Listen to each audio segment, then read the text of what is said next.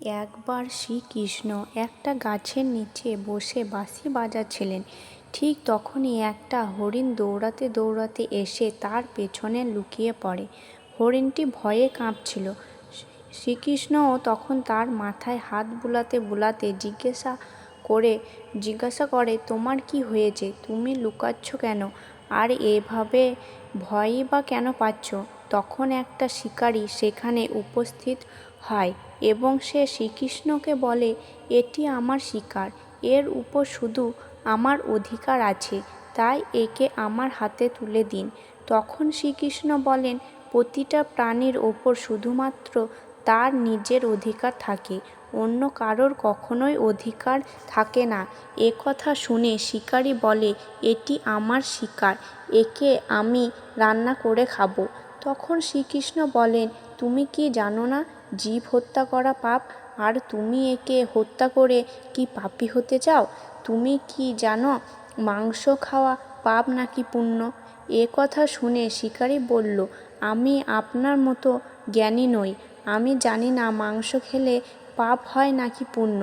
আমি শুধু এইটুকুই জানি যে শিকার করাই আমার কাজ, আর আমি যদি শিকার না করি তাহলে আমি না খেতে পেয়ে মরে যাব। আর তাছাড়া এই প্রাণীকে আমি হত্যা করে একে তার জীবন চক্র থেকেই তো মুক্ত করছি। যতদূর আমি শুনেছি শাস্ত্রেও মাংসাহারে কোনো নিষেধাজ্ঞা নেই, এমনকি রাজা মহারাজারাও শিকারই করে থাকে। তাহলে এই পশু শিকার করা বা মাংস খাওয়া শুধুমাত্র কি আমাদের মতো গরিব মানুষের ক্ষেত্রেই পাপ? হে শ্রীকৃষ্ণ, আপনি বলুন, মাংস খাওয়া পাপ নাকি পুণ্য? শ্রীকৃষ্ণ বুঝতে পারলেন নিয়মিত মাংস খাওয়ার ফলে তার বুদ্ধি ভ্রষ্ট হয়েছে। তখন তিনি ওই শিকারীকে বললেন, এসো আমি তোমাকে একটা গল্প শোনাই, সেটা শোনার পরে তুমি বিচার করো মাংস খাওয়া পাপ নাকি পুণ্য। তখন শিকারী ভাবল, ভালোই হবে, একটা গল্প শুনলে আমার সময়ও কাটবে এবং গল্পটা শোনার পরেও এই হরিণের মাংসও আমি খেতে পারবো। শ্রীকৃষ্ণ তখন গল্প বলতে শুরু করলেন। একবার মগধে আকাল দেখা দিল, যার ফলে শস্য উৎপাদন বন্ধ হয়ে গেল। তখন রাজা খুবই চিন্তায় পড়ে গেলেন এবং ভাবলেন, শীঘ্রই এর কোনো সুরাহা না করা গেলে যে সমস্ত খাদ্যশস্য সঞ্চিত আছে তাও এক সময় শেষ হয়ে যাবে। তখন আরও বড় সমস্যা দেখা দেবে। এই সমস্যা সমাধানের জন্য রাজা তার রাজসভায় সমস্ত মন্ত্রী, সামন্ত এবং পরামর্শদাতাদের ডেকে পাঠালেন। তিনি তাদেরকে জিজ্ঞাসা করলেন, সব থেকে সস্তা খাদ্যদ্রব্য কী? সকলে তখন ভাবল, চাল, ডাল, আলু। এই সমস্ত উৎপাদনের জন্য অনেক পরিশ্রমের দরকার এবং অনেক সময়ও লাগে। তখন রাজসভায় উপস্থিত একজন সামন্ত, যার শিকার করার শখ ছিল, সে উঠে দাঁড়িয়ে বলল, রাজামশাই, সব থেকে সস্তা খাদ্যদ্রব্য হলো মাংস, কারণ এর জন্য কোনো অর্থ ব্যয় করতে হয় না এবং তা খুবই পুষ্টিকর খাবারও। সকলে তখন তার সমর্থন করল। কিন্তু এই কথা শোনার পরেও মগধের প্রধানমন্ত্রী চুপ করে বসেছিলেন। তখন রাজা তাকে জিজ্ঞাসা করলেন, আপনি কেন চুপ করে বসে আছেন? আপনি অন্তত কিছু বলুন, আপনার কাছে সব থেকে সস্তা খাদ্যদ্রব্য কী? প্রধানমন্ত্রী বললেন, আমার মনে হয় না সব থেকে সস্তা খাদ্যদ্রব্য মাংস, তবুও এই বিষয়ে আমি আমার মতামত কালকে জানাবো। এরপর সেই রাতে ওই প্রধানমন্ত্রী যে সমস্ত সামন্ত মাংস সব থেকে সস্তা খাদ্যদ্রব্য বলেছিল তার বাড়িতে গেল। তাকে দেখে ওই সামন্ত ভয় পেয়ে গেল এবং আসন্ন কোন বিপদের আশঙ্কা করতে লাগলো। তখন প্রধানমন্ত্রী তাকে বললেন, আজ সন্ধেবেলা মহারাজ খুবই অসুস্থ হয়ে পড়েছে। রাজবৈদ্য বলেছে যে কোনো শক্তিশালী ব্যক্তির মাংস পাওয়া গেলে তবে রাজা সুস্থ হতে পারবেন। আপনি যত টাকা চান আপনাকে তা দেওয়া হবে। আপনাকে 1,00,000 স্বর্ণ মুদ্রাও দেওয়া হবে। আপনি চাইলে একটা পুরো জমিদারি আপনার নামে লিখে দেব।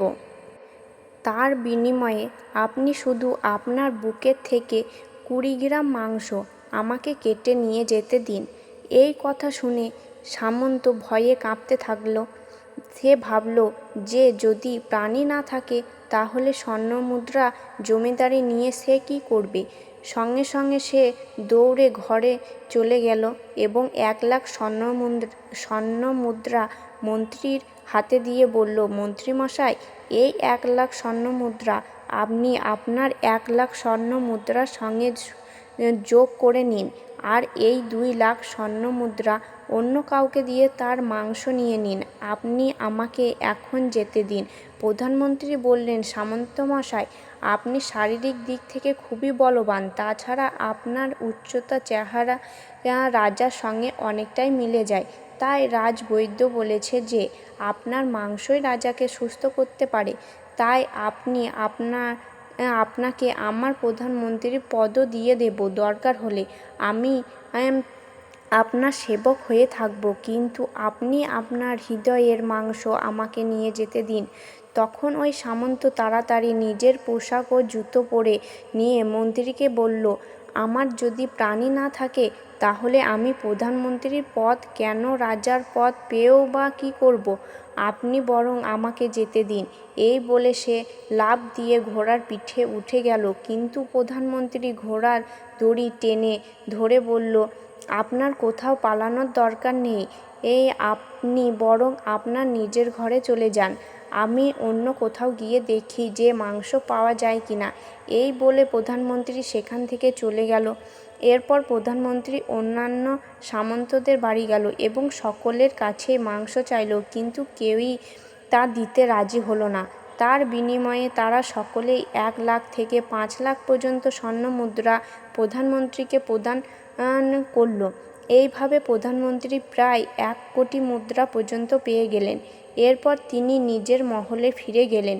পরের দিন সকাল সকাল তিনি রাজসভায় চলে গেলেন। সেখানে অন্যান্য সামন্তরা উপস্থিত ছিলেন।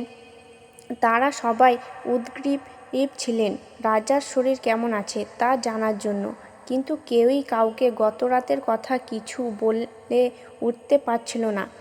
এর কিছুক্ষণ পরে রাজা আসলেন এবং নিজের রাজ সিংহাসনে বসে পড়লেন। সমস্ত মন্ত্রী ও সামন্তরা দেখল যে রাজা তো একদমই সুস্থ আছে, তার তো কিছুই হয়নি। তখন সকলেই ভাবল যে প্রধানমন্ত্রী নিশ্চয়ই তাদের মিথ্যা কথা বলেছে, কিন্তু তারা কেউই সেই কথাটা মুখে বলে উঠতে পারছিল না। ঠিক সেই সময় প্রধানমন্ত্রী রাজার সামনে 1 কোটি স্বর্ণমুদ্রা রেখে দিল। তখন রাজা বলল, এই স্বর্ণমুদ্রা কিসের জন্য এবং এত স্বর্ণমুদ্রা আপনি কোথা থেকে পেলেন? এর উত্তরে প্রধানমন্ত্রী বললেন, 20 গ্রাম মাংসের জন্য আমি চারিদিক ঘুরে বেড়ালাম, কিন্তু সেই মাংস আমি কোথাও পেলাম না। সেই মাংসের বদলে সমস্ত সামন্তরা এই স্বর্ণমুদ্রা আমাকে দিয়েছে। এবার আপনি বলুন, মাংস দামি না সস্তা? রাজা সব কিছু বুঝতে পারলেন। তিনি তার রাজ্যের শ্রমিকদের আরও কঠোর পরিশ্রম করে পুষ্টিকর খাদ্য উৎপাদন করতে বললেন এবং নিজের শস্য ভাণ্ডার থেকে তাদেরকে শস্য প্রদান করলেন। ওই 1 কোটি স্বর্ণমুদ্রা থেকে কিছু অর্থ তিনি শস্য উৎপাদনের জন্য ও সেচ ব্যবস্থার উন্নতির জন্য ব্যয় করলেন এবং বাকি অর্থ প্রজাদের কল্যাণের জন্য তিনি প্রদান করলেন।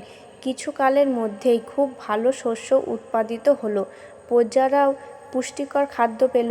এর কিছুদিনের মধ্যেই আবহাওয়ার পরিবর্তন ঘটল এবং আকাল দূর হলো, ফলে প্রজাদের অবস্থার উন্নতি ঘটল।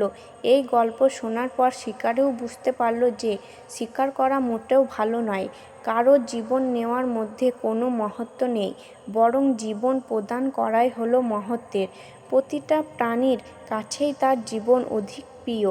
এরপর শিকারি নিজের ভুল বুঝতে পেরে শ্রীকৃষ্ণকে প্রণাম করে সেখান থেকে চলে গেলেন এবং সে শপথ নিল যে তার বাকি জীবনে সে কখনো কোনো প্রাণীকে আঘাত করবে না।